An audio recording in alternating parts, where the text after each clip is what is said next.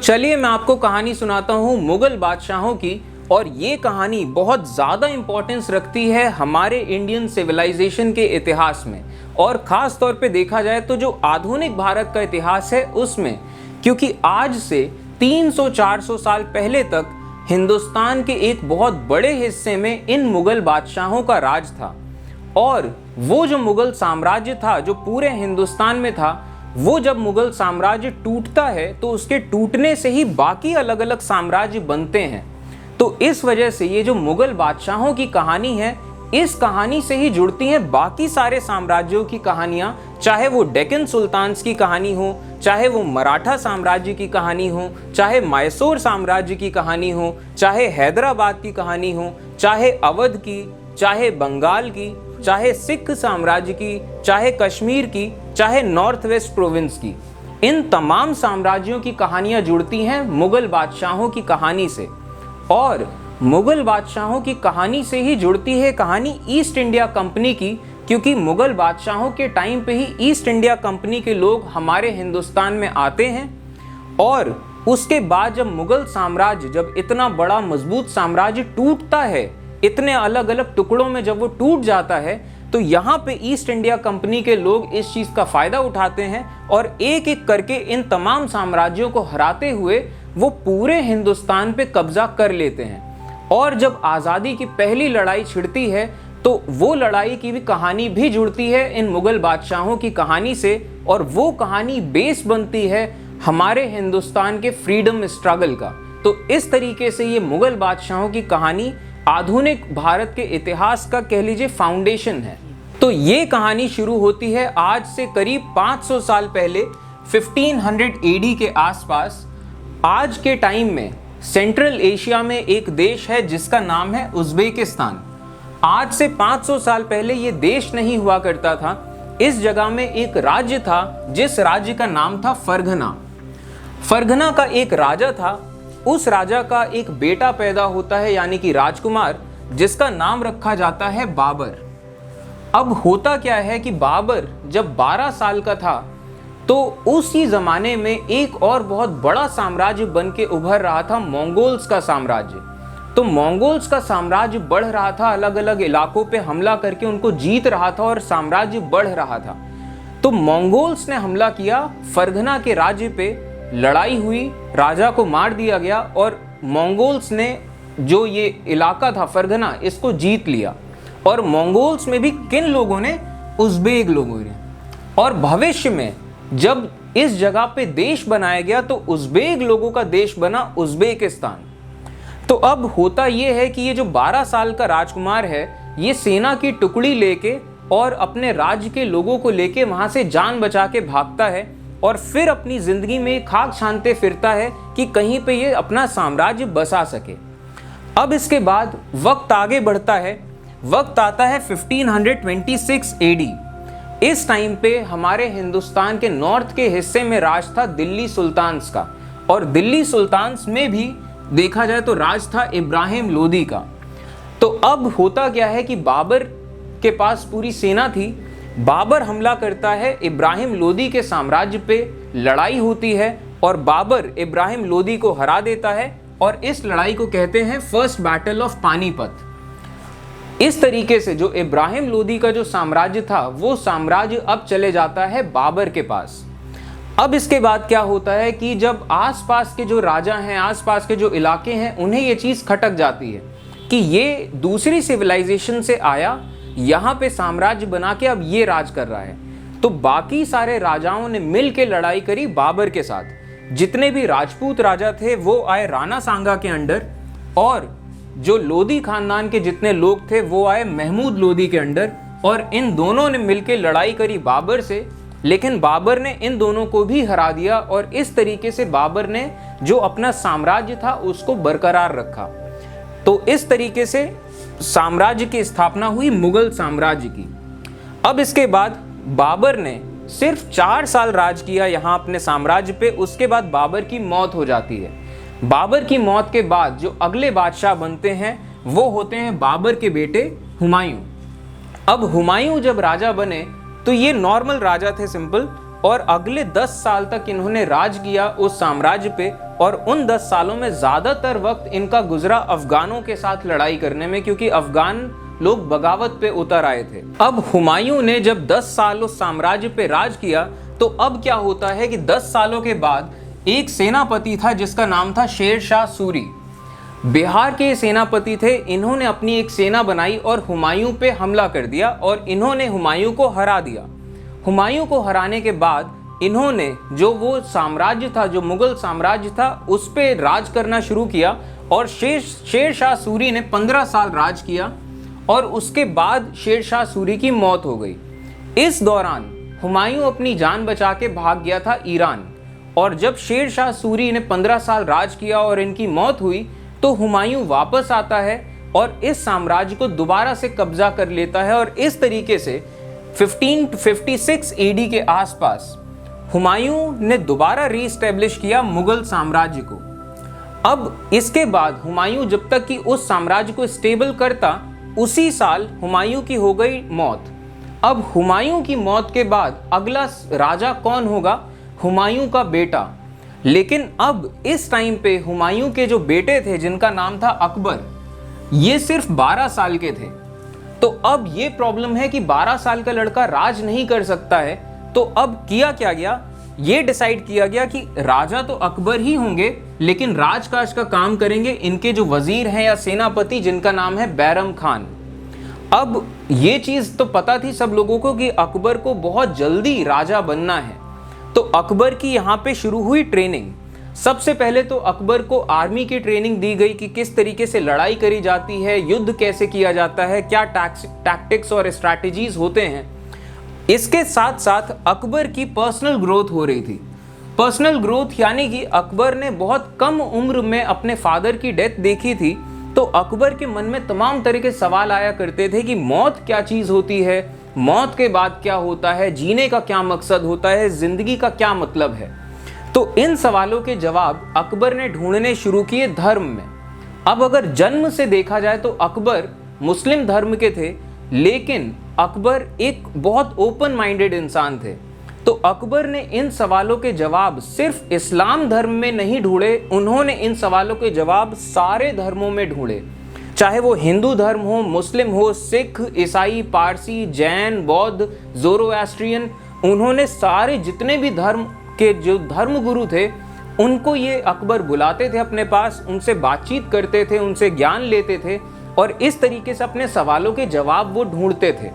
और ये जो पर्सनल ग्रोथ रही अकबर की, उनको पढ़ना लिखना नहीं आता था, वो दूसरों से किताबें पढ़वाते थे ये जानने के लिए कि किताबों में क्या लिखा है। तो इन सब तमाम चीज़ों की वजह से हुआ ये कि अकबर जैसे जैसे बड़े हुए, उनकी पर्सनालिटी इस तरीके से उभर के आई कि अकबर में एक बहुत अच्छा बैलेंस था। बैलेंस किस चीज़ का? एक जो मजबूत राजा होता है उसके सारे क्वालिटीज़ थे कि अकबर मजबूत राजा भी थे, युद्ध कला में काफ़ी ज़्यादा स्किल्ड भी थे, इनको पता था युद्ध कैसे किया जाए अच्छे तरीके से। अकबर बहादुर भी थे और साथ ही साथ अकबर में एक बहुत ज़्यादा हम्बलनेस थी, काफ़ी विनम्र स्वभाव के थे और बहुत ओपन माइंडेड थे अकबर। और एक चीज़, बहुत जेनरस थे। अकबर कभी भी खुद को बड़ा नहीं समझते थे, अकबर कभी किसी की बेइज्जती नहीं करते थे, सबसे इज्जत से पेश आते थे। अब इसके कुछ सालों के बाद अकबर बादशाह बनते हैं और अकबर जब बादशाह बनते हैं तो सबसे पहले ये अपने राज्य में इम्प्रूवमेंट्स लाने की शुरुआत करते हैं। अब जैसे कि सबसे पहले आर्मी के इम्प्रूवमेंट्स, अकबर ने अच्छे अच्छे नस्ल के घोड़े मंगवाए अलग अलग जगह से, अपनी सेना को बेहतर किया, किस तरीके से अलग अलग रेजिमेंट बनेगी। और इसके अलावा मर्सिनरीज बुलाते थे, अलग अलग जगहों से अच्छे अच्छे सैनिक बुला के रखते थे। और इस तरीके से कई सारे इम्प्रूवमेंट्स किए आर्मी के फील्ड में। उन्होंने एडमिनिस्ट्रेशन के फील्ड में काफ़ी सारे इम्प्रूवमेंट किए कि किस तरीके से टैक्स कलेक्ट किया जाएगा, कि टैक्स कम भी ना हो, टैक्स ज़्यादा भी ना हो। और ये वो टाइम था जब सिविलाइजेशन बढ़ रही थी, नए नए गांव बस रहे थे। उस टाइम पे ये नए नए सिस्टम्स जो लाए अकबर, इनसे काफ़ी ज़्यादा प्रोग्रेस हुई इनके साम्राज्य में। इसके बाद लॉ एंड ऑर्डर किस तरीके से होगा, जो पुलिस फोर्स होती है या जो अदालतों का काम कैसे होता है, इनके जो सिस्टम्स हैं जैसे एग्जाम्पल देता हूँ, आज के टाइम में जैसे हर जिले में एक डीएम होता है, एसडीएम होता है, एडीएम होता है, पुलिस फोर्स होती है, तो उसमें हायरार्की होती है कि एक पुलिस कमिश्नर होगा, डीआईजी होगा, एसआई होगा। तो ये जो एडमिनिस्ट्रेशन होता है इसमें कई सारे इंप्रूवमेंट्स लाए कि कौन कौन सी पोस्ट होगी, क्या क्या काम होगा। इसके बाद अकबर ने एक नया धर्म बनाया, दीन इलाही। अकबर ने जितने भी तमाम अलग अलग धर्मों की स्टडी करी थी, इन्होंने ये पाया कि जो मेन बातें हैं वो सारे धर्मों में एक जैसी हैं। तो अकबर ने हर धर्म की मेन बातों को लेके, अच्छी अच्छी चीज़ों को लेके अपना एक धर्म बनाया, दीन इलाही। और इसके बाद अकबर ने जो सिस्टम बनाया कि राज कैसे किया जाएगा, इन्होंने डिसाइड किया कि राज होगा सेक्युलर। अब सेक्युलर का मतलब ये होता है कि किसी भी आदमी के साथ धर्म के नाम पे भेदभाव नहीं किया जाएगा, हर इंसान को बराबर समझा जाएगा। अब यहाँ अकबर के सेंस में जैसे एग्जाम्पल देता हूँ, अकबर का धर्म था दीन इलाही, तो सेक्युलर राज का मतलब ये हुआ कि ऐसा नहीं होगा कि जो दीन इलाही धर्म के लोग हैं उनको ज़्यादा तवज्जो दी जा रही है, उनको ज़्यादा फ़ायदा दिया जा रहा है, ज़्यादा अच्छे पोस्ट दिए जा रहे हैं, और बाकी धर्मों को थोड़ा दबा के रखा जा रहा है, बाकी धर्मों के साथ क्राइम्स हो रहे हैं। ऐसा नहीं है। सेक्युलर का मतलब कि चाहे कोई भी धर्म हो उसको बराबर इज्जत मिलेगी, बराबर सम्मान मिलेगा और एक नज़र से देखा जाएगा। तो इस वजह से अकबर के साम्राज्य में सब लोगों के लिए जगह थी, सब लोगों के लिए इज्जत और सम्मान था। तो और इसके बाद अकबर जब बादशाह बनते हैं तो इन्होंने अब फैसला किया कि साम्राज्य को बड़ा करना है। तो अब साम्राज्य का एक्सपेंशन शुरू हुआ। जो एरिया आप वॉयलेट कलर में देख रहे हैं, ये एरिया अकबर को विरासत में मिला था, और अकबर ने साम्राज्य को बढ़ा के इतना बड़ा किया, जो पूरा एरिया येलो कलर का है वो पूरा साम्राज्य हो गया अकबर का। यानी कि हिंदुस्तान के एक अच्छे खासे बड़े हिस्से में अकबर का राज था। और अकबर एक और ख़ास चीज़ करते थे कि उस ज़माने में जब अकबर कोई भी युद्ध जीत जाते थे तो जो भी हारे हुए राजा हैं उनके साथ इस तरीके से पेश नहीं आते थे कि तुम हारे हुए राजा हो, तुम कुछ नहीं हो मेरे आगे, मैं बड़ा इंसान हूँ। अकबर ऐसा नहीं करते थे। अकबर हारे हुए राजाओं को बहुत इज्जत से पेश आते थे, कायदे से उनको सम्मान देते थे, और उनके जो इलाके हैं उनके इलाके उनको वापस लौटा देते थे। यानी कि आप ही राजा बने रहेंगे और हम ये दोस्ती का रिश्ता रहेगा। और ये जो चीज़ थी अकबर की, ये जो फितरत थी कि वो हारे हुए राजाओं से दोस्ती करते थे, इस वजह से जितने भी राज्य अकबर जीतते थे उनसे रिश्ते अच्छे रहते थे, तो बगावत बहुत कम होती थी। और इस वजह से एक और चीज़ होती थी, और उस ज़माने में जब राजा लोग दोस्ती करते थे आपस में, तो होता ये था कि राजा लोग मैट्रिमोनियल अलायंसेस करते थे, यानी कि वो एक दूसरे के परिवारों में शादियां करते थे। तो अकबर ने कई राजपूत राजकुमारियों से शादी करी, और राजपूत परिवार जो थे हिंदुस्तान के, उनसे सिर्फ दोस्ती नहीं करी, उनको अपने परिवार का हिस्सा बनाया। और जो अगले दो मुगल बादशाह थे अकबर के बाद, जो जहांगीर और शाहजहां, ये दोनों राजपूत राजकुमारियों के बेटे थे। और ये सिलसिला यहाँ से शुरू हुआ और हमेशा चलते रहा कि जो मुगल खानदान है वो हमेशा शादी करते थे आसपास के सब खानदानों में। तो इस तरीके से अकबर की ये जो पॉलिसी थी कि लोगों से इज्जत से पेश आना, और इस वजह से लोग भी अकबर को बहुत इज्जत देते थे। तो इस तरह से अकबर ने हिंदुस्तान के एक बहुत बड़े हिस्से में साम्राज्य बनाया और 50 सालों तक राज किया। ये एक बहुत बड़ा अचीवमेंट था अकबर के लिए उस जमाने के लिहाज से, कि पहली बात तो इतना बड़ा साम्राज्य बनाया और बरकरार रखा, क्योंकि लोगों का उन्हें सपोर्ट मिला, बगावतें हुई नहीं ऐसी खास। और ये जो अचीवमेंट था, ये अकबर से पहले अगर देखा जाए कि इतना बड़ा साम्राज्य किसी राजा ने बनाया हो, बरकरार रखा हो, तो अकबर से पहले ये काम कर पाए थे सम्राट अशोक। तो इस वजह से, और अकबर की एक और चीज़, सारे साम्राज्य में जितने भी राजा थे सबसे रिश्ते इतने अच्छे थे अकबर के। और जो आम जनता थी हिंदुस्तान की आम जनता का एक कनेक्शन बना अकबर के साथ कि हमारा ये जो राजा है ये तो हमारे एरिया का राजा है ही, लेकिन जो बड़े वाले जो राजा हैं, जो महाराजा हैं, ये वो मुगल बादशाह हैं जो आगरा में बैठे हैं। तो ये जो कनेक्शन बना आम लोगों का, आम जनता का अकबर से, और इतना बड़ा साम्राज्य, इस वजह से अकबर को ये टाइटल दिया गया शहंशाह हिंदुस्तान। और अकबर के राज में जब इतना बड़ा साम्राज्य बना और एक प्रॉपर यूनिफाइड सिस्टम बन रहा है, और नए नए जो सिस्टम्स लाए अकबर, इनकी वजह से प्रोग्रेस काफ़ी हुई और बहुत ज़्यादा प्रॉस्पेरिटी रही अकबर के साम्राज्य में। और इसके बाद अकबर ने अपनी राजधानी बनाया आगरा को। आगरा में एक बहुत बड़ा किला बनाया, बहुत गजब का किला बनाया। इलाहाबाद में एक बहुत बड़ा किला बनाया अकबर ने, और आगरा के पास में एक जगह है फतेहपुर सीकरी, उस जगह को भी बसाया। अब अकबर ने 50 साल राज किया। उसके बाद अकबर की मौत होती है, और अकबर के मरने के बाद जो अगले बादशाह बनते हैं उनका नाम था जहांगीर। अब जहांगीर जब राजा बनते हैं तो जहांगीर की उम्र वैसे ही 45 साल हो चुकी थी, यानी कि जहांगीर जब अपने बुढ़ापे की तरफ बढ़ रहे थे तब जाके वो राजा बने थे। तो इन्होंने अपनी पूरी जिंदगी एक राजकुमार के तौर पे गुजारी थी, तो इनकी आदतें भी वैसी ही थी। इनको राजकाज में ज़्यादा मन नहीं लगता था। ये ज़्यादातर टाइम शराब पी के दोस्तों के साथ हंसी मजाक करते थे, घूमते फिरते थे, ऐशो आराम में ज़िंदगी बिताते थे। और इसका एक और वजह भी है, इतना अच्छा खासा बड़ा साम्राज्य है, सारे राजाओं से दोस्ती है, सबसे रिश्ते अच्छे हैं, एक प्रॉपर सिस्टम बना हुआ है और वो सिस्टम अपने आप चल रहा है। तो आपको ज़्यादा कुछ करना भी नहीं, बस आपको मॉनिटर कर लेना है, इतना बड़ा साम्राज्य अपने आप अच्छे से चलता रहेगा। और इसके बाद अगर साम्राज्य बढ़ाने की बात करी जाए तो जहांगीर क्या करते थे, ये मुगल सेनाओं को भेज देते थे कि आप डेक्कन के एरिया में जाओ और डेक्कन का एरिया जीतो। लेकिन जो मुगल सेनाएं जब जाती थी डेक्कन में, लड़ाई करती थी, लेकिन कभी भी मुगल सेनाएं डेक्कन का एरिया नहीं जीत पाई। और जो सबसे बड़ा इनके रास्ते में जो सबसे बड़ा रोड़ा खड़ा था उनका नाम था मलिक अम्बेर। अब ये भी अपने आप में एक गजब के कैरेक्टर थे। नस्ल से देखा जाए तो ये एक ब्लैक थे, धर्म से देखा जाए तो एक मुस्लिम थे, काम से देखा जाए तो ये गुलाम थे, जिनको अहमदनगर के सुल्तान ने खरीदा था और वहां पे ये सेनापति बने थे। तो मलिक अम्बेर ने क्या किया था डेक्कन के एरिया में कि जितने भी मराठा सेनापति हैं उन सारे मराठा सेनापतियों को लेके वो लड़ाई करते थे जहांगीर की सेनाओं के साथ, और जब तक वो जिंदा रहे उन्होंने जहांगीर को ये डेक्कन वाला एरिया जीतने नहीं दिया।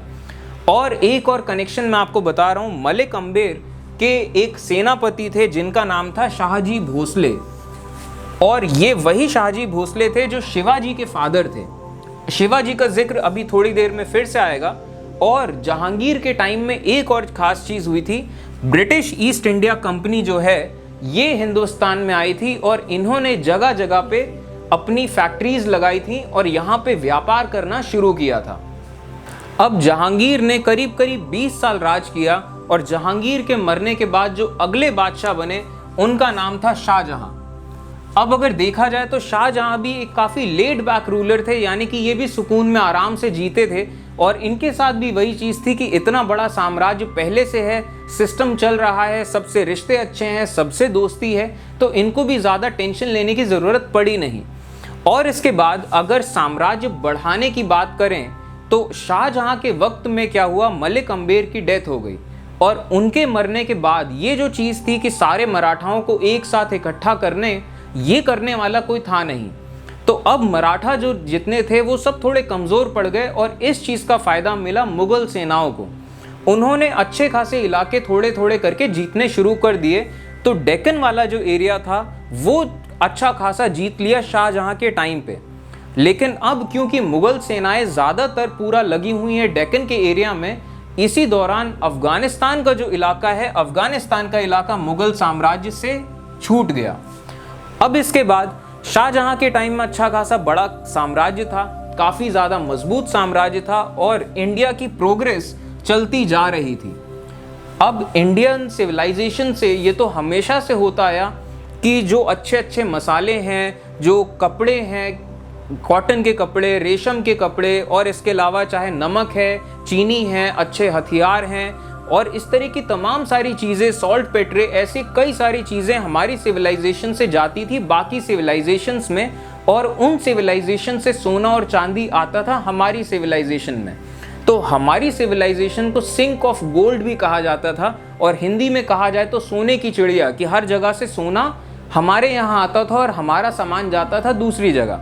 तो शाहजहां के टाइम तक आते आते अच्छा खासा इंडियन इकोनॉमी काफ़ी प्रोग्रेस कर चुकी थी, और शाहजहां ने डेक्कन का भी एरिया जीत लिया था, तो इस वजह से अच्छा खासा पैसा आया था शाहजहां के पास।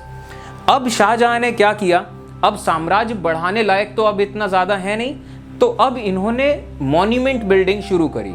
शाहजहां ने दिल्ली को अपनी राजधानी बनाया और दिल्ली में बनाया इन्होंने लाल किला, और ये लाल किला फिर इन मुगल बादशाहों के राज का एक प्रतीक बन गया, और ये हो गया कि हिंदुस्तान का राजा कौन है, वो मुगल बादशाह जो दिल्ली के लाल किले में बैठा है।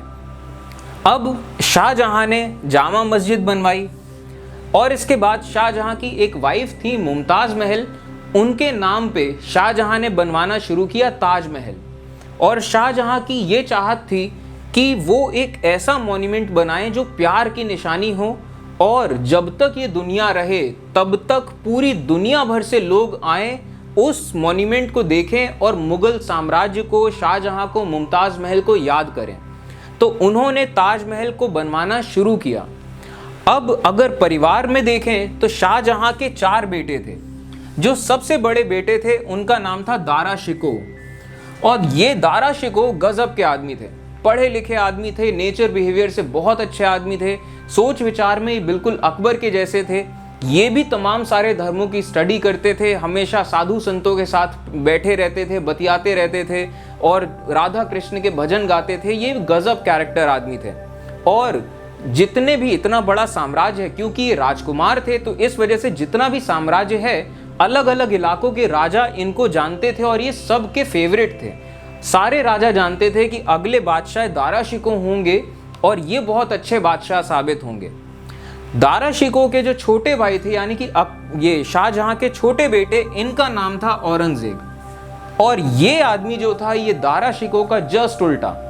औरंगजेब थोड़ा सनकी आदमी था, थोड़ा सा पागल था, और बहुत ज़्यादा ईगो बहुत ज़्यादा थी इस आदमी के अंदर।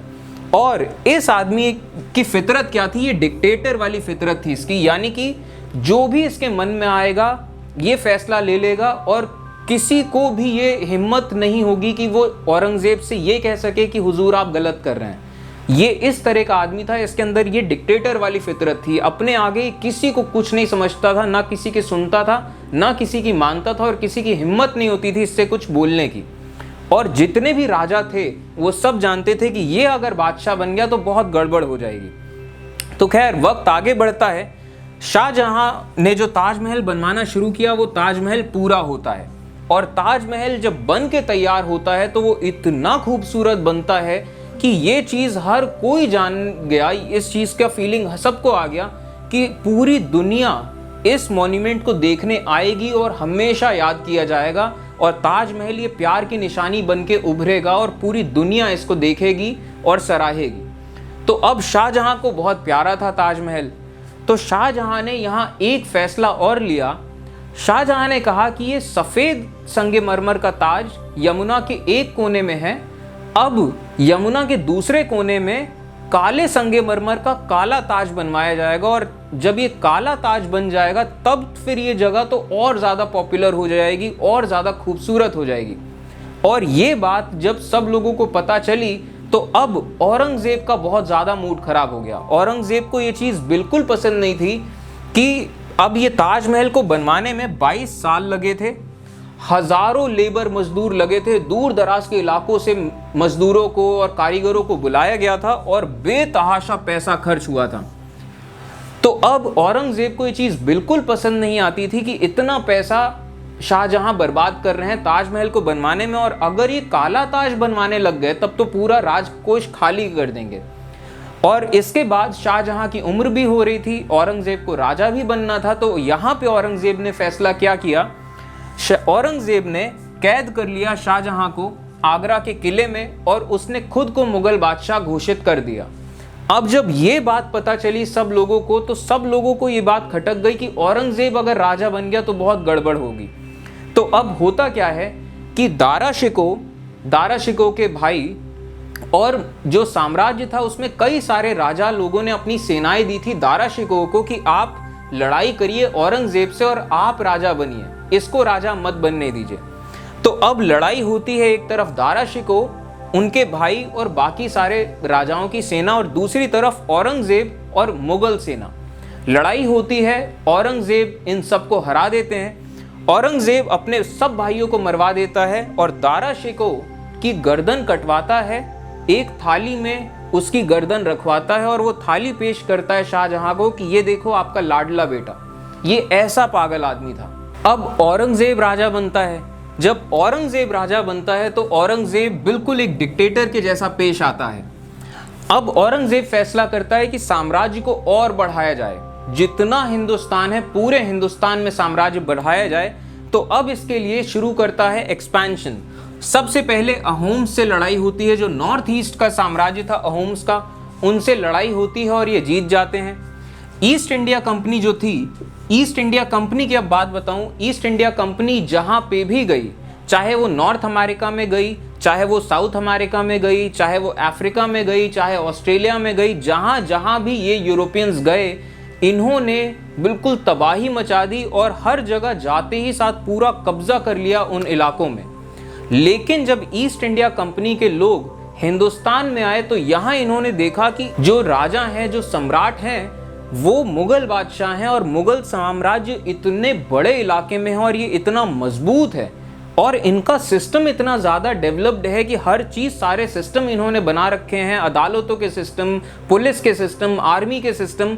तो इतना बड़ा साम्राज्य, इतना मजबूत साम्राज्य हिंदुस्तान में ईस्ट इंडिया कंपनी की हिम्मत नहीं हुई कि ये आते ही साथ ही कब्जा करना शुरू कर दें, लूट मार शुरू कर दें। इनकी हिम्मत नहीं पड़ी क्योंकि इन्हें पता था कि अगर ये कुछ भी करेंगे तो सामने इतना बड़ा मुगल साम्राज्य है, ये इनको ख़त्म कर दिया जाएगा। तो अब यहाँ औरंगजेब के टाइम पे ईस्ट इंडिया कंपनी ने क्या किया, इन्होंने किलाबंदी शुरू करी। इन्होंने मद्रास में, बॉम्बे में और कलकत्ता के पास इलाके बना लिए थे, शहर बसा लिए थे। उन शहरों की किलाबंदी शुरू कर दी और ये चीज़ औरंगजेब को पसंद नहीं आई। तो औरंगजेब ने इनके सारे किले तोड़वा दिए, सारे के सारे शहर उजाड़ दिए, ईस्ट इंडिया कंपनी को सबक सिखाने के लिए कि तुम व्यापारी हो, व्यापार करो, तुम्हारा काम किला बनाना नहीं है। अब इसके बाद जब एक्सपेंशन की बात आई तो औरंगजेब ने फिर डेक्कन सुल्तान्स पे हमला किया और अच्छा खासा डेक्कन का जो अच्छा खासा एरिया है वो पहले से ही शाहजहां के टाइम में जीत चुके थे। बचे कुचे इलाके औरंगजेब ने जीत लिए।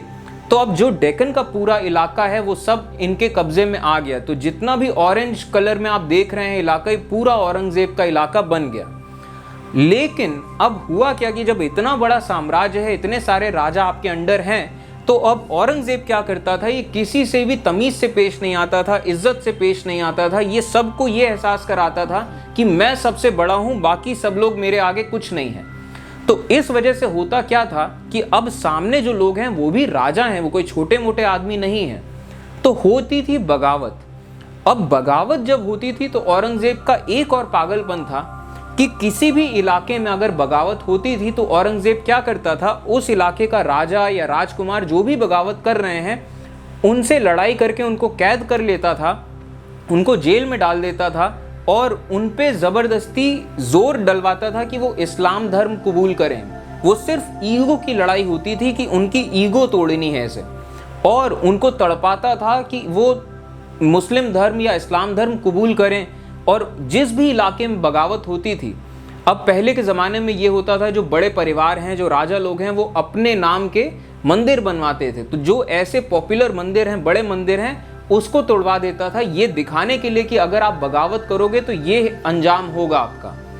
तो अब होता क्या था, किसी जगह बगावत ही तो औरंगजेब इस तरीके से बगावत रोकने की कोशिश करता था, लेकिन फ़ायदा कुछ नहीं होता था, क्योंकि अगर आप इतनी बुरी तरीके से पेश आओगे तो दूसरी जगह बगावत होगी, वहाँ ऐसे बुरी तरीके से पेश आओगे तो तीसरी जगह बगावत होगी। कब तक आप बगावत दबाओगे? तो यही हुआ औरंगजेब के साथ, हर जगह ने बगावत करना शुरू किया। अब जैसे कि जो डेक्कन एरिया है, डेक्कन के एरिया में बगावत होना शुरू हुई और इस एरिया में बगावत करी थी शिवाजी महाराज ने, और इन्होंने अपना अलग साम्राज्य बनाया जिसका नाम था मराठा साम्राज्य। और इन्होंने अपनी पूरी जिंदगी, जब तक जिंदा रहे, ये लड़ाई करते रहे औरंगजेब के साथ। इसके बाद बगावत हुई, पंजाब में बगावत हुई। पंजाब में बगावत करी गुरु तेग बहादुर ने। औरंगजेब ने गुरु तेग बहादुर का सर कटवा के दिल्ली के बाहर लगा दिया था कि ये देखो, अगर कोई भी बगावत करेगा तो उसका ये अंजाम होगा। और इनकी मौत के बाद जो बाकी सिख थे उन्होंने बगावत जारी रखी। इसके बाद अहोम्स में बगावत हुई, जाटों ने बगावत करी, सतनामी लोगों ने बगावत करी, बुंदेला लोगों ने बगावत करी, सब जगह बगावत होती रही। औरंगजेब अपनी पूरी जिंदगी सिर्फ लड़ाई ही करता रह गया। शिवाजी की जब डेथ हुई, इनको कोई बीमारी हो गई तो इनकी मौत हुई, और इनकी मौत के बाद जो इनके बेटे थे उन्होंने बगावत जारी रखी, लड़ाई जारी रखी। औरंगजेब के अपने बेटों ने बगावत करी, क्योंकि ये इतना पागल राजा था कि हर कोई चाह रहा था कि औरंगजेब हटे और इसकी जगह कोई दूसरा राजा बने कि शांति हो। तो अब इसके बेटों ने बगावत करी और इसके बेटों का साथ दिया अलग अलग राज्यों ने। जैसे औरंगजेब के एक बेटे का साथ दे दिया मराठा साम्राज्य ने, तो अब औरंगजेब की और दुश्मनी हो गई मराठाओं से कि मेरे बेटे ने बगावत करी और तुम मेरे बेटे को और ज़्यादा तुम बहला रहे हो, फुसला रहे हो। एक बेटे का साथ दे दिया पंजाब के सिखों ने, तो उनसे और ज़्यादा दुश्मनी ले ली इसने। तो पूरी ज़िंदगी सिर्फ लड़ता रह गया ये। अब हुआ क्या, इस पूरी लड़ाई की वजह से हुआ ये कि जितना बड़ा मुगल साम्राज्य था सबसे इसके रिश्ते खराब हो गए। जितने रिश्ते अकबर ने बनाए, जहांगीर, शाहजहां ने जितने रिश्ते दोस्ती रखी, सब बर्बाद कर दिया औरंगजेब ने। और जितना पूरे साम्राज्य के अलग अलग इलाके थे, सब इलाकों ने ये फैसला किया कि अब हमें मुगल साम्राज्य का हिस्सा नहीं बनना है, और हिंदुस्तान एक प्रेशर कुकर बन गया था। अब होता क्या है, डेट आगे कुछ वक्त बढ़ता है, साल आता है 1707, और ये बहुत इंपॉर्टेंट साल है हिंदुस्तान के लिहाज से, क्योंकि इस साल औरंगजेब की मौत हुई। जो अगले बादशाह बने वो थे बहादुर शाह, और बहादुर शाह ने आते ही साथ बादशाह बनने के बाद सबसे पहला काम ये किया कि जो जेल में जितने भी अलग अलग राज्यों के राजा या राजकुमार या बगावत करने वाले जितने भी लोग थे, उनको जेल से रिहा किया। सबसे माफ़ी मांगी कि माफ़ करना, अब्बा हुजूर थोड़े पागल थे। और इसके बाद बहादुर शाह ने ये कोशिश करी कि साम्राज्य में जितने भी राजा हैं सबसे रिश्ते बेहतर किए जाएं, और सबको अच्छी अच्छी पोस्ट दी गई, सबको गिफ्ट्स दिए गए। इस तरीके से वो कोशिश कर रहे थे कि साम्राज्य दोबारा से नॉर्मल हो सके।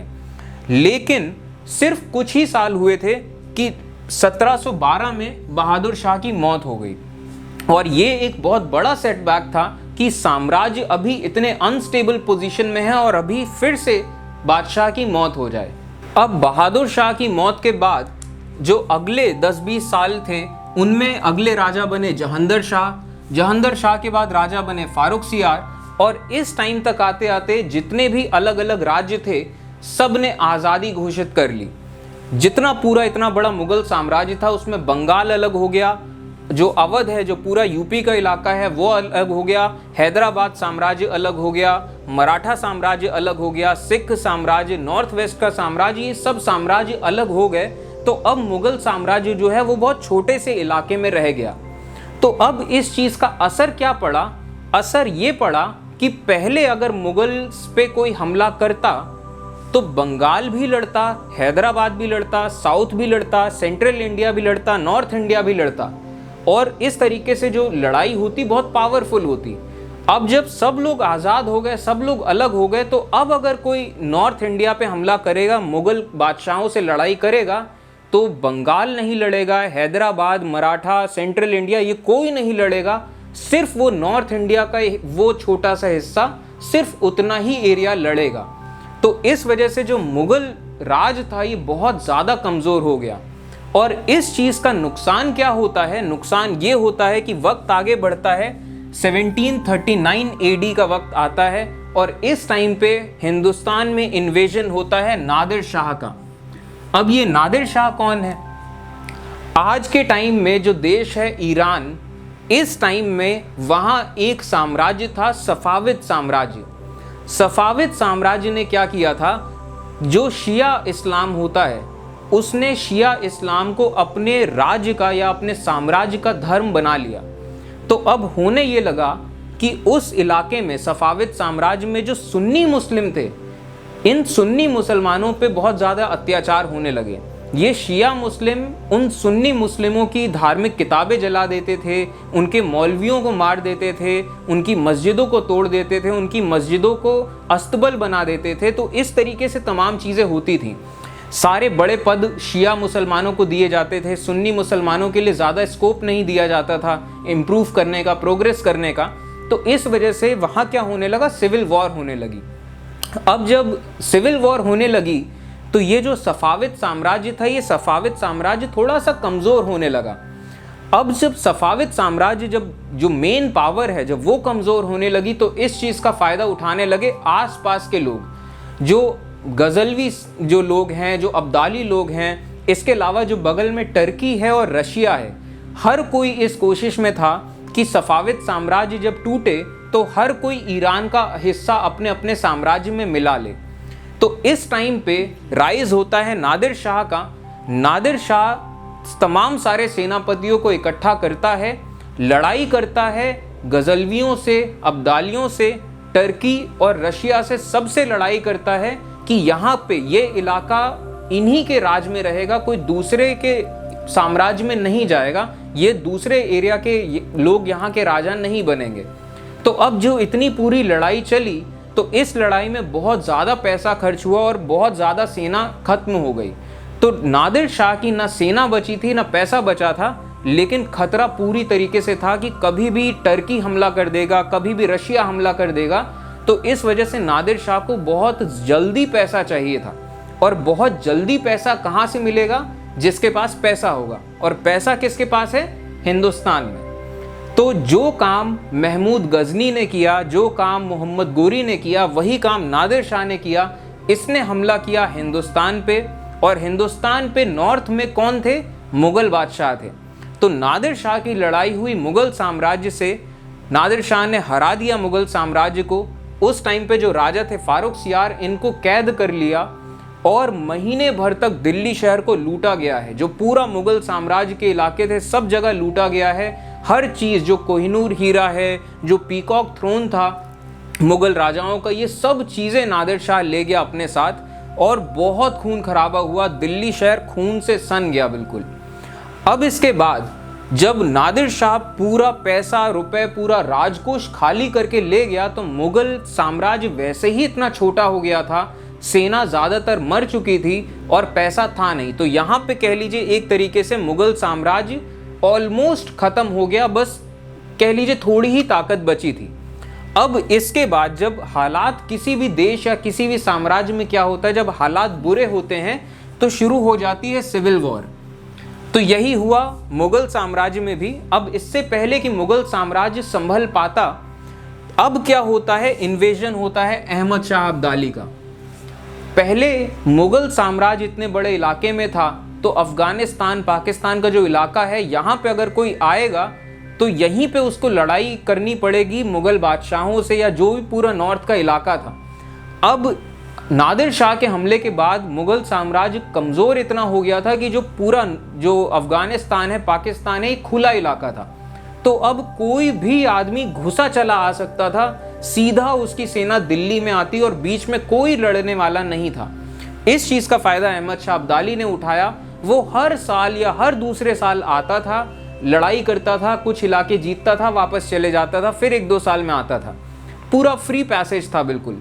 तो 1-2 बार तो मुगल सेनाओं ने लड़ाई करी अहमद शाह अब्दाली के साथ, और 1-2 बार के बाद लड़ाई करना भी छोड़ दिया क्योंकि ना सेना बची थी ना पैसा बचा था, कुछ था ही नहीं। तो मुगल साम्राज्य सिर्फ नाम भर का रह गया था कि हाँ ये आदमी मुगल राजा है, लेकिन ना उनके पास पैसा था, ना उनके पास सेना थी, कुछ भी नहीं था उनके पास।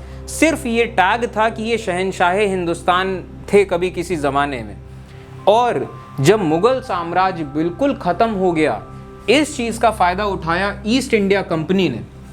ईस्ट इंडिया कंपनी ने अब जब देखा कि सब अलग अलग हो गए हैं तो उन्होंने फिर एक एक करके, पहले उन्होंने बंगाल को जीता, फिर उन्होंने अवध को जीता, हैदराबाद को जीता, मराठा साम्राज्य को हराया, उन्होंने सिख साम्राज्य को हराया, मैसूर साम्राज्य को हराया। ऐसे साम्राज्यों को हराते चले गए एक एक करके, क्योंकि बंगाल से लड़ेंगे तो सिर्फ बंगाल लड़ेगा, अब पूरा हिंदुस्तान नहीं लड़ेगा।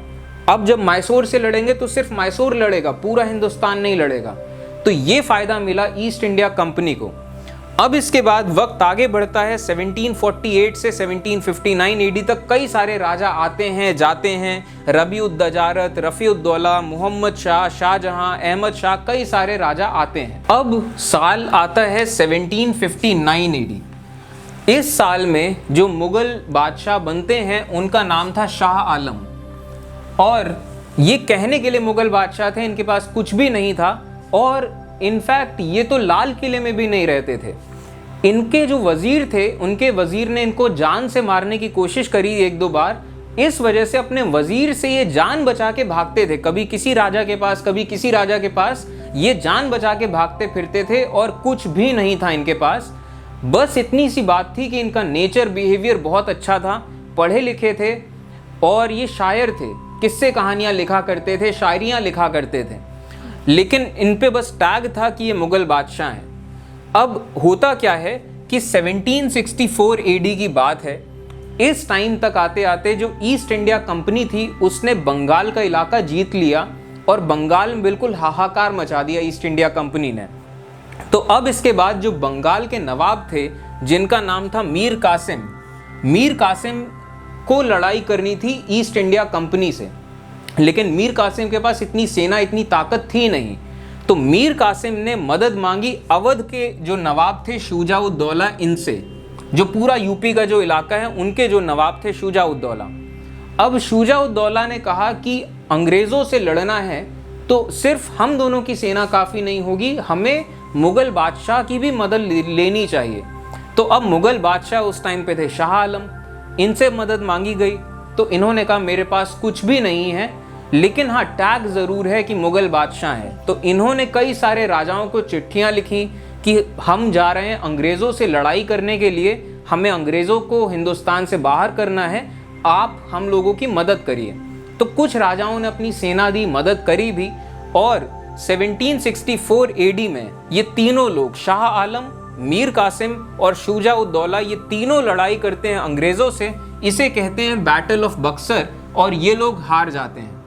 और बैटल ऑफ बक्सर हारने के बाद होता क्या है कि जो अंग्रेज़ थे, इन्हें पूरा यूपी, बंगाल, बिहार और उड़ीसा, जितना ये पूरा इलाका है, ये पूरा का पूरा इलाका अंग्रेज़ों के पास चले जाता है। और शाह आलम को अंग्रेज़ इलाहाबाद के किले में कैद कर लेते हैं। मतलब आयरनी की बात देखिए कि वो इलाहाबाद का किला जो अकबर ने बनाया था, उसी किले में अकबर के ही वंशज को कैद कर लिया गया। और इतिहास ने ऐसे भी दिन देखे हैं कि ये जो मुग़ल साम्राज्य, एक ज़माना था जब मुग़ल साम्राज्य और मराठा साम्राज्य की बहुत ज़्यादा लड़ाई होती थी। और इतिहास ने ऐसे भी दिन देखे हैं कि ये जो शाह आलम थे, इनको मराठा ले जाते हैं लाल किले में, इनको बैठाते हैं राजगद्दी में कि आप मुग़ल बादशाह हो, आप यहाँ लाल किले में बैठो, आपका होना यहाँ ज़रूरी है और आप चिंता मत करो, हम आपकी रक्षा करेंगे। और देखिए इतिहास के बस दिन देखिए कि लाल किले में मराठा सेना रहती थी शाह आलम की रक्षा के लिए कि कोई आके इनको जान से ना मार दे। और इतिहास ने ऐसे भी दिन देखे हैं कि रोहिला लोगों ने बगावत करी। अब क्योंकि मराठा सेना की बस एक छोटी सी टुकड़ी थी इनकी रक्षा के लिए, रोहिला लोगों ने बगावत करी। वो आए लाल किले में, जितने भी थोड़े बहुत मराठा सैनिक थे उनको हटाया, शाह आलम को कैद कर लिया, इनके साथ 4 दिन तक मारपीट करते रहे कि बताओ खजाना कहाँ है। और शाह आलम यही कहते रहे कि मेरे पास ना पैसा है ना खजाना है, कुछ भी नहीं है। और जब खजाना नहीं मिला 3-4 दिन तक, तो वो इन लोगों ने क्या किया, शाह आलम की आंखें फोड़ दी।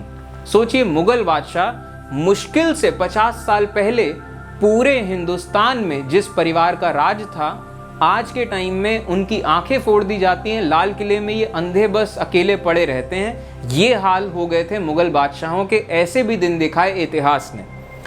अब वक्त आगे बढ़ता है, 1764 एडी से लेके 1800 एडी तक आते आते ईस्ट इंडिया कंपनी ने पूरा हिंदुस्तान जीत लिया था। इन्होंने कर्नाटक का हिस्सा जीत लिया, हैदराबाद, मैसूर, मराठा, सिख, इन्होंने सबको हरा दिया और ये बादशाह बन गए। और कुछ इलाके ऐसे थे जहां वो डायरेक्टली राजा थे, और कुछ इलाके ऐसे थे जहां पे कहने को तो हिंदुस्तान के राजा लोग थे, लेकिन उन हिंदुस्तान के राजा लोगों के पास कोई पावर नहीं थी, क्योंकि वो बस दिखावटी राजा थे। उनकी सारी सेना अंग्रेज़ों के पास थी, सारा कंट्रोल, सारी ताकत अंग्रेज़ों के पास थी। बस वो शो पीस के राजा थे जिनको हर महीने का पैसा, जो पॉकेट मनी एक तरीके से होता है, अंग्रेज़ लोग उन राजाओं को पॉकेट मनी दिया करते थे। उन राजाओं के जो बच्चे हुए वो अगले राजा बने, तो बस वो शोपीस के राजा बचे थे और पूरे हिंदुस्तान में कंट्रोल था अंग्रेज़ों का। अब वक्त थोड़ा सा आगे बढ़ता है और हिंदुस्तान में अंग्रेज़ों के राज को करीब करीब 100 साल हो जाते हैं, कुछ इलाकों में 80 साल। तो अब होता क्या है कि जब अंग्रेज़ों का राज होता है हिंदुस्तान में, तो हिंदुस्तान के लोग अब परेशान हो जाते हैं अंग्रेज़ों से और इनके अंदर बहुत ज़्यादा फ्रस्ट्रेशन डेवलप होता है। और ऐसा क्यों? ऐसा इसलिए क्योंकि अंग्रेज़ों से पहले जितने भी राजा हुए, भले ही वो नॉर्थ के हों, सेंट्रल इंडिया के हों, चाहे साउथ के हों, किसी भी साम्राज्य के रहे हों, किसी भी वक्त में रहे हों, जितने भी राजा थे वो सब के सब राजा इसी धरती के राजा थे। वो यहीं पैदा होते थे, यहीं अपना बचपन गुजारते थे, यही ज़मीन, यही लोग उनकी मातृभूमि थी, यहीं जीते थे। जितना भी टैक्स उनको मिलता था इस जगह से, वो सारा का सारा टैक्स इसी जगह में लगाते थे, यहीं के लोगों का भला होता था। और जो हिंदुस्तान के लोग हैं उन लोगों को अपनी प्रजा समझते थे। तो जब अपनी प्रजा समझते थे तो राजा जैसे काम भी करते थे, वो राजधर्म का पालन करते थे। अब जैसे कि एग्जाम्पल देता हूँ, कहीं पे अगर अकाल पड़ जाता था, सूखा पड़ जाता था, लोगों के पास अनाज नहीं होता था खाने के लिए, तो अंग्रेज़ों से पहले जितने भी राजा रहे, चाहे कैसे भी राजा क्यों ना रहे हों, ये काम ज़रूर करते थे। ये राजा का धर्म है कि वो कहीं सूखा पड़ गया तो अपने अनाज के भंडार खोल देते थे, अनाज बंटवाया जाता था हर जगह, और लोगों को इस तरीके से मरने नहीं देते थे। और कई सारे उसकी वजहें हैं। अब अंग्रेज़ों का जब राज हुआ तो अंग्रेज़ इस देश के नहीं थे और वो ना इस देश को अपनी मातृभूमि मानते थे, ना इस देश के लोगों को अपने लोग मानते थे। तो अंग्रेज़ों को कोई फ़र्क नहीं पड़ता था, जितना भी टैक्स आता था वो सारा का सारा मुनाफा भेज देते थे ब्रिटेन। हिंदुस्तान में लोग जिए चाहे मरे, अंग्रेज़ों को कोई फ़र्क नहीं पड़ता था। अगर सूखा पड़ता था किसी इलाके में, लोग भूखे मर जाते थे, हज़ारों लाखों लोग भूख से मर जाते थे, लेकिन अंग्रेज़ों को कोई फ़र्क नहीं पड़ता था कि वो अनाज बंटवा दें या कुछ टैक्स कम कर दें। अंग्रेज़ उतना ही टैक्स लेते थे, अनाज नहीं बंटवाते थे, क्योंकि उन्हें ज़्यादा से ज़्यादा फ़ायदा उठाना था और उन्हें कोई मतलब नहीं था कि यहाँ लोग मर रहे हैं। उल्टा अंग्रेज़ लोग ये कहा करते थे कि ये जो हिंदुस्तान के लोग हैं ये इतनी ज़्यादा पॉपुलेशन पैदा करते हैं, इतने बच्चे पैदा करते हैं, तो ये मर रहे हैं तो अच्छी बात है, पॉपुलेशन कम होगी। ये हाल थे इन अंग्रेज़ों के। तो इस वजह से अंग्रेज़ इस देश को लूट रहे थे, पैसा भी एक तरीके से लूट रहे थे और उनको कोई मतलब भी नहीं था यहाँ के लोगों से। इस वजह से इतनी नाराज़गी थी लोगों के अंदर इन अंग्रेज़ों के लिए। तो इस नाराज़गी की वजह से पूरे देश में हर जगह कहीं ना कहीं बगावत होती रहती थी। अब एक बहुत बड़ी बगावत हुई 1857 में। अब ये बगावत शुरू करी थी जो ब्रिटिश इंडियन आर्मी जो थी, ब्रिटिश इंडियन आर्मी के एक रेजिमेंट थी, जो नॉर्थ के सिपाही थे, जो नॉर्थ के हिंदुस्तानी सिपाही थे, इन्होंने ये बगावत शुरू करी और इस बगावत का साथ दिया हिंदुस्तान के कई सारे राजाओं ने भी। तो अब जब इन सिपाहियों ने ये बगावत शुरू करी तो उन्हें अंग्रेज़ों के खिलाफ लड़ना था, तो इनका भी कोई राजा होना चाहिए। तो अब सवाल उठा कि इनका राजा कौन होगा। तो ऐसा कौन सा राजा है कि जिस राजा के नाम पे कश्मीर से लेके आंध्रा तक, गुजरात से लेके बंगाल तक जितने भी राजा हैं, सब राजा अपनी मोहर लगा देंगे कि हाँ ये राजा हमें मंजूर है, ये हमारा राजा है। और सिर्फ राजा नहीं, कौन सा ऐसा राजा है कि जितने आम लोग हैं, जो आम जनता है पूरे हिंदुस्तान में, वो भी अपनी मोहर लगा देंगे कि ये हमारा बादशाह है। ऐसा सिर्फ एक ही राजा था, एक ही बादशाह था, वो मुगल सम्राट जो दिल्ली के लाल किले में बैठा है। तो उस ज़माने में जो मुगल बादशाह थे वो थे बहादुर शाह जफ़र।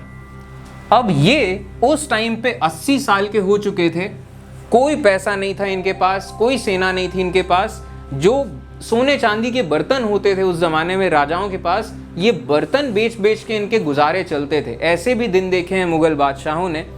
तो अब बहादुर शाह जफ़र के पास ये सारे सैनिक पहुँचते हैं, इनसे कहते हैं कि हम बगावत कर रहे हैं अंग्रेज़ों के खिलाफ, आप हमारा साथ दीजिए। आपको लड़ना नहीं, आप लड़ने के काबिल भी नहीं हैं, आपको बस अपना नाम देना है कि आप हमारे राजा हैं। बहादुर शाह जफ़र ने ये बात सुनते ही समझ गया कि ये चीज़ बहुत मुश्किल है, कि सिर्फ उस सेना की सिर्फ एक टुकड़ी ने बगावत करी है। इनके पास ढंग से हथियार भी नहीं है और इतने कम सैनिकों के साथ लड़ाई करना उन अंग्रेज़ों से जिन्होंने पूरे हिंदुस्तान में अपनी सरकार बना ली है, पूरे हिंदुस्तान का टैक्स इनको मिलता है, पूरे हिंदुस्तान की आर्मी इनके पास है, इनके पास पुलिस फोर्स है, जगह जगह थाने चौकी इन्होंने बना रखे हैं, अदालतें इनकी हैं, इनकी ट्रेन्स चलती हैं, कम्युनिकेशन रूट इनके हैं, पूरी सरकार इन्होंने बना ली है, पूरे देश की सरकार है वो। तो इतने बस एक कुछ सैनिकों के साथ लड़ाई करना और जीत जाना बहुत मुश्किल है। और अगर ये चिट्ठियां लिखेंगे भी कि सारे हिंदुस्तान के राजाओं को, तो वो राजा भी फक्कड़ हैं। जैसे ये फक्कड़ थे, कहने को वो बादशाह हैं लेकिन ना पैसा है ना सेना है, वैसे बाकी राजा भी तो फक्कड़ हैं। तो ये बात ये समझते थे, लेकिन इन्होंने हामी भर दी कि चलो ठीक है, मैं अपना नाम देता हूँ, आप मेरे नाम से लड़ाई करो। और क्यों हामी भर दी? क्योंकि ये मुगल बादशाह थे और लाल किले में रहते थे। तो अब लड़ाई शुरू होती है। जितने सैनिक थे उन्होंने मुगल बादशाहों को टाइटल दिया शहंशाहे हिंदुस्तान। और लड़ाई शुरू हुई, आज़ादी की पहली लड़ाई, एक गदर इतने बड़े लेवल के सेंस में लड़ाई चली, 1 साल 2 साल चली। अंग्रेज़ों ने ये लड़ाई जीत ली, पूरी बगावत को दबा दिया, दिल्ली शहर को दोबारा अपने कब्जे में लिया। और जब दिल्ली शहर अंग्रेज़ों ने दोबारा अपने कब्जे में लिया तो उन्होंने क्या किया? सबसे पहले तो बहादुर शाह जफ़र को उन्होंने कैद किया और बहादुर शाह जफ़र के सामने उनके पूरे परिवार को गोली मार दी। क्योंकि अंग्रेज़ों को ये बात बहुत अच्छे से पता थी कि अगर बहादुर शाह जफ़र के बेटे ज़िंदा रह गए या उनके बेटे ज़िंदा रह गए तो इस चीज़ की पॉसिबिलिटी बहुत ज़्यादा है कि भविष्य में हिंदुस्तान में फिर कोई बगावत होगी तो इन बगावत करने वाले लोगों के पास एक रेडीमेड राजा रहेगा। तो ऐसा नहीं होना चाहिए। उन्होंने सबको मरवा दिया, जिससे कि अगर भविष्य में बगावत होती है हिंदुस्तान में तो इनके पास कोई रेडीमेड राजा ना रहे, कोई एक ऐसा राजा ना रहे जिस पे हर कोई टिक लगा दे। इन पे अगर बगावत होती भी है तो ये आपस में ही लड़ लें कि अगर राजा कौन होगा। तो इस वजह से सारे परिवार को मार दिया जाता है और शहंशाहे हिंदुस्तान बहादुर शाह जफ़र इनको कैद कर लिया जाता है और भेज दिया जाता है बर्मा। और शहंशाहे हिंदुस्तान की ज़िंदगी के आखिरी साल ये अकेले तकलीफ़ में गुजारते हैं, अपने परिवार की मौत के गम में गुजारते हैं। और शहंशाहे हिंदुस्तान दफन कहाँ है? बर्मा में। तो ये थी कहानी इन मुग़ल बादशाहों की। वो कहानी जो शुरू हुई थी बाबर के साथ और ख़त्म हुई बहादुर शाह जफ़र के साथ। कुल मिला के 17 राजा आए और बहादुर शाह जफ़र के साथ ये लेगेसी ख़त्म नहीं हुई, ये लेगेसी जारी रही। और आज के आज़ाद हिंदुस्तान में जो प्रधानमंत्री होते हैं वो आज़ादी के दिन 15 अगस्त के दिन उस लाल किले पे चढ़ के देश के नाम भाषण देते हैं। वो लाल किला जो इन मुग़ल बादशाहों का घर था और वो लाल किला जो आज़ाद हिंदुस्तान में निशानी है भारत की राजसत्ता का, भारत की एकता का और भारत की आज़ादी का।